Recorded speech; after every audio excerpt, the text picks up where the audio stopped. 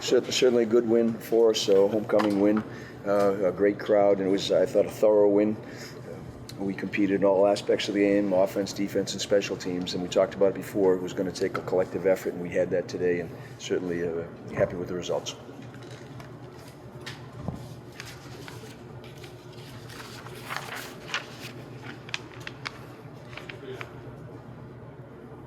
Drew, did you see this coming? I think people were a little stunned, even the Dartmouth fans, and where we have 3-0 teams, and for it to develop the way it did, I think there was a lot of murmuring and sort of raised eyebrows. Yeah, I mean, obviously we were really happy with the result, but I think that the coaches really game planned very well throughout the week, and it just seemed like everything we put on was working, and they didn't really have an answer for it. That's not to say they're a bad team. They're a great team. I think we just executed really well today.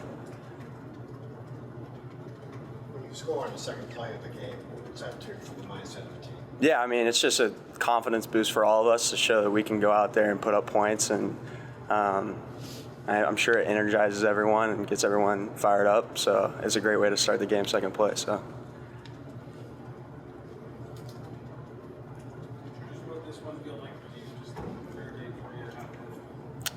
Yeah, I mean, it was a big day, and it's always fun to get a lot of yards and score touchdowns, but it seemed like everyone was kind of getting involved, which was cool, and that's when you really have fun, is when everybody's getting touches and making big plays. So they come in with a high-powered offense. How does it feel to only give up 3 points into the last minute or so? I think that's just kind of a testament to how the defensive staff helps us game plan for a week. We've kind of had the mentality every week going into it that it's just, this is the most important week because it's the next week, it's the next game. But I mean, I think we've struggled to put a complete game together on every side of the ball, and had some injuries here and there, but I thought today was a really, really good collective win with everybody that stepped on the field for the defense. I apologize, I didn't introduce assistant athletes, Drew Estrada and Nico. Nico, they seemed sort of out of sync offensively. Could you see them or read them that maybe things weren't exactly what they were expecting? Yeah, it's interesting that you said that, because usually 6 quarterback has a pretty good connection with 88 and 14. I mean, those are two of the most lethal guys they have on their offense. I don't know if it was out of sync. I mean, you got to give it to the D line up front. They didn't have much time to throw at all, which makes my job easier and makes the corner's job easier and makes the other free safety's job easier. So I don't know if it was as much as out of sync as it was, they didn't have the time to do what they wanted to do. Was it like to get some interceptions on the defensive side? I mean, both of them were huge. Quentin Arella was a freshman safety that had to play a pretty big role this week, and him coming to make that play that's about as good as it gets. So that was pretty big. And then I was good enough, to be in the right position. Coach Mack gave the right call for the first one, so he made it easy on us that way. 2 turnovers early really kind of sets the tone.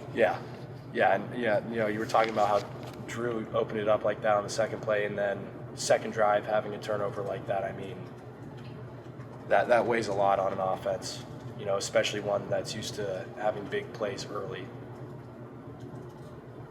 Drew, just the offense and all your scoring drives, okay? In 6 plays in the last, just what was the score just where you guys were getting a lot of yards and showing? Yeah, I mean, that, and as well, like getting the ball in really good field position with the interceptions, those are huge, and turnovers are the switch of the field is such a big part of the game. But yeah, I mean, like I said, we had some calls going in, and they just seemed to work every single time, and they were big plays every time. So yeah, credit to the coaches, and especially the offensive line for holding up. They played really well, I thought. So.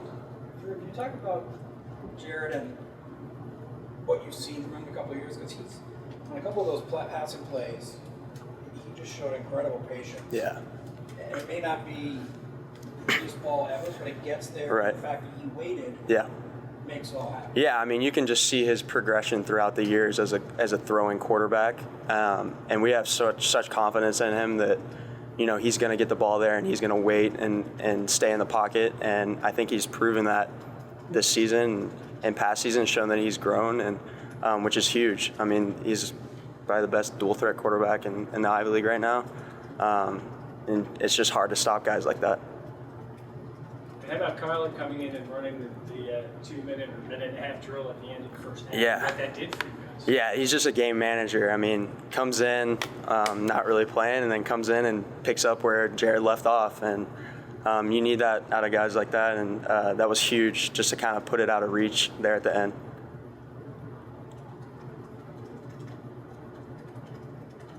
Any more questions for student athletes? Yeah, one more, and that is, Drew, you would remember this. That big lead out here they had 2 years ago. Mm-hmm. So you go into the locker room with the big lead subject come Yeah, up? no, I mean that was definitely in the back of all of our minds, and we hadn't won anything at that point. I mean, you still got a game to play, so yeah. I mean, everyone was on the same page as far as that, and we knew, that we had done that to them past year. So yeah, we came out with the same fire that we had in the first half. Were you surprised at how quickly, I mean, you have confidence in your team, but to see it happen bam, bam, bam, all in the first quarter like that? Just opportunistic. The kid said, I thought Kevin Daft and the offensive staff schemed some things up that we thought they were playing very, very aggressively, and we tried some double move type of things, and we hit a couple of them. And that when it's kind of live by the sword but die by the sword, they're coming after you, and our guys were well schooled, well coached, and Jabino did a nice job putting the ball in the money. So there are a couple of real big plays, and that takes the steam out of people. The guys both mentioned the turnovers, certainly opportunistic. Great catch by Nico, and then the second one, just the field position to be able to go in, and to the credit of the offense, they finished it off, which was huge. We weren't on the field an awful lot. I mean, it was 45 plays offensively for the day. So it was, you had to take advantage of it. The special teams, I thought our punt was the best we've punted the ball in a ball game, inside the 10 a number of times. Our coverage teams, they're a good return group, and we pinned them down deep. So I thought we were just very thorough across the board against a very, very good football team. When you get up a bunch, that's a tough thing, playing away and overcoming that. And I thought that our guys continued to play hard. There was no back off in any of them. What were your thoughts on your secondary? They have a lot of big play guys on the outside. It seemed like they couldn't get open no matter who you had out there on the field. Well, I was really proud of, we were missing a number of guys that starters. So we had guys, Quentin Aiello, Landon McDermott, stepping up and playing. Bobby Crockett saw times. Darren Stanley at the cover corner position. DJ Terry at the other cover corner position. With guys that were out, they haven't seen a whole lot of time, but they played like they had against two of the top receivers in our league. So I was really pleased, and Sam McCorkle does a great job with those guys in terms of support, putting them in a good position, and they responded. There's a lot of, you get 4 starters that are out in the back end. How are you going to be? We put pressure on up front, and they made plays in the back end. So pleased to see that against a very good throwing football team with some special receivers. You had 4 starters out? Well, DJ Avery, Ryan Reggae, Isaiah Swan was really not 100%. He ended up playing a bunch for us, but and then Isaiah Johnson. So guys that had started games for us, they didn't show up. You put this one in perspective against a 3-0 team to really have it in hand pretty early. Yeah, well, it's again, we're fortunate. We came ready to play, and that first strike, and we talk about that, coming off, aggressively right off the bat, and we did, and we came back, and we held them offensively. I thought it was really physical. Their quarterbacks, they got a real talented offensive line, but our guys are in the backfield all day long, and they're putting hits in a quarterback. That takes its toll over time, and it disrupts everything. The run game, they've got 2 very gifted backs. There was just not a whole lot of room to go. So I think that just kind of energizes us on both sides of the football. And as I said earlier, we weren't out there long offensively, but we were productive, and I think we kind of fed off each other. I'm proud of the guys because it was a complete game against a very, very good opponent. They're gonna win a lot of games in this league. And the message to us, we have to play like that every Saturday. We had a big recruiting weekend for you guys, and to have the weather, I mean, you couldn't dial up a better recruiting. Yeah, it's always like this here in Hanover. Yeah. You know, we had roughly 30 kids come in, and it was fun for them to see, you know, what life in the woods is all about. You ever had a quarterback complete 5 passes for 224 yards? That's like 45 yards of completion. Yeah. No, I'd like to see him do that every week, but no, that was impressive. And again, I'll give Kevin Daft, Dave Shula, you know, the protective scheme with Cheston Blackshear and Keith, Danny O'Day. They just put a great plan together. We study, we grind away. It was a short week as well, you know, with the, or I should say a long week with the night games and so forth. But guys put it together, and our kids went out and executed it, and did a very good job against, again, a good football team.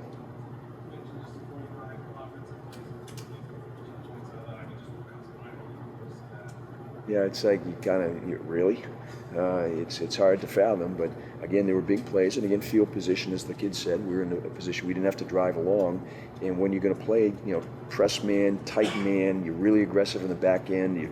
The play action stuff, which they hadn't seen some of that stuff. They're gonna give up a big play, and we were fortunate enough that there weren't any overthrows really. I mean, we basically hit everything that we put up deep. We hit, and it was a little bit of a track meet at the seeing 21 just couldn't kind of break the last one away. It was, you know, exciting for the team, exciting for the fans as well, I thought. Well, you have a player who I would ask him what message he sent to the rest of the Ivy League. He's not here today. Did you guys send a little bit of a message today? You know, I don't look at it in that context. It's just that we have a solid football team. There are a lot of solid football teams in this league, and I say it all the time. It's the best team on Saturday wins, and we have some things. We've got some bumps and owies that we got to overcome. But when you have guys step up and play the way that they did, we played a lot of people. You know, there's probably 90% of our team played today, and that's hard to do against a team. But it gives us great experience. You know, the message is we play hard. And the key is we can't kind of sit back and see, hey, you know, we've arrived. We haven't. There's things that we can continue to improve on. We've got to finish across the board. You know, we allow to drive at the end to put points on the board. And people say, well, you know, a second, that make a difference. The guys, they finish. And we got to play 60 minutes. There's a lot of good football teams ahead, and we just got to come ready to play. And I think our guys are mature enough. They realize that. We're as good as we play. That's it. It'll be somewhat of the challenge the next 2 weeks where you play teams that maybe don't have sparkling records. With that Harvard-Princeton combination ahead, I'm sure you guys will not be. Yeah, you know, we'll take. To not.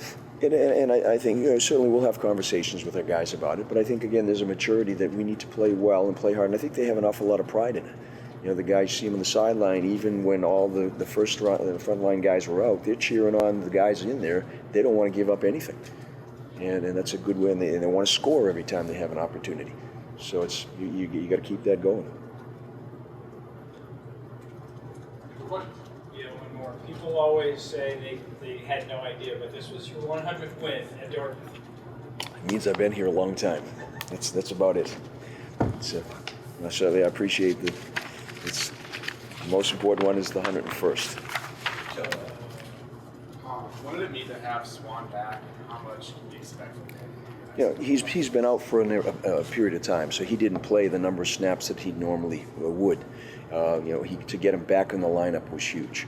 I think it just engendered confidence in guys. He's in there. He can talk to some of the other kids, the safeties and whatnot. And there's a degree of confidence when you have a kid is that talented to come back. But, you know, again, he played a little bit, and that was part of our plan. You couldn't play him 80 snaps, so he maybe had 25 or so, which meant, you know, Stanley and Crockett and DJ Terry had to take a bunch of snaps.